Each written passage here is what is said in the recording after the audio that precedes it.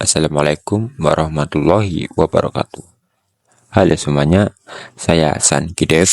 Di sini saya akan mempresentasikan sebuah game buatan saya, yaitu game Relic Hunter, sebuah game bergenre fantasi misteri berbasis labirin. Daya tarik akan tema eksplorasi labirin. Yang pertama, rasa penasaran. Labirin misterius yang memancing insting pemain untuk terus menjelajah. Yang kedua, ada teka-teki dan tantangan. Integrasi puzzle lingkungan yang secara langsung meningkatkan engagement pemain. Yang tiga, ada navigasi strategis. Eksplorasi murni di mana pengenalan route dan posisi menjadi kunci bertahan hidup. Menelusuri misteri di balik bebatuan. Jadi, permainan ini yaitu pemain akan dilemparkan ke dalam sebuah labirin bebatuan kuno dengan satu misi yang absolut, menjelajah dan bertahan hidup. Tujuan utamanya jelas, di setiap level adalah mengumpulkan relik emas. Relik ini bukan sekedar koleksi, melainkan kunci esensial untuk membuka jalan ke level berikutnya. Panggilan sang pemburu relik. Anda atau player adalah seorang pemburu relik yang terjebak di dalam labirin misterius. Relik-relik legendaris tersebar di sudut-sudut paling gelap, dijaga oleh ancaman tak terlihat. Temukan semuanya karena setiap relik mengemban peran penting sebagai kunci keselamatan Anda. Objektif utama permainan. Di sini ada 4 objektif. Yang pertama, mengumpulkan 5 relik yang tersebar dari musuh, mematikan di dalam labirin, membuka pintu penyelesaian level, melanjutkan perjalanan ke level berikutnya. Siklus eksplorasi berkelanjutan. Pada game ini, gameplaynya difokuskan pada loop dinamis antara eksplorasi area baru, pengumpulan item krusial, dan strategi menghindar untuk bertahan hidup.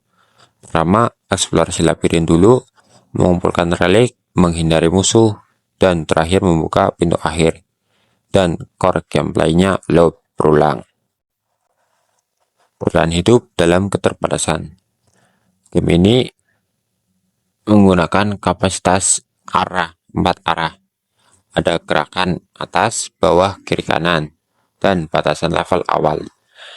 Pemain tidak ada fitur menyerang musuh dan tidak ada fitur menghindar atau evade. Jadi pemain dituntut untuk ekstra berhati-hati, mengandalkan pengamatan dan route pelarian. Ancaman di balik bayangan.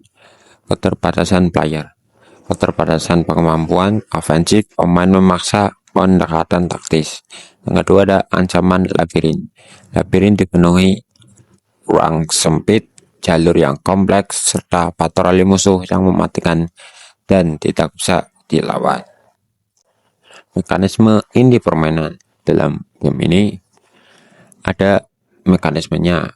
Reliknya digunakan untuk sebagai kunci absolut untuk progres permainan. Terus ada animasi pintu interaktif yang bereaksi terhadap progres permainan.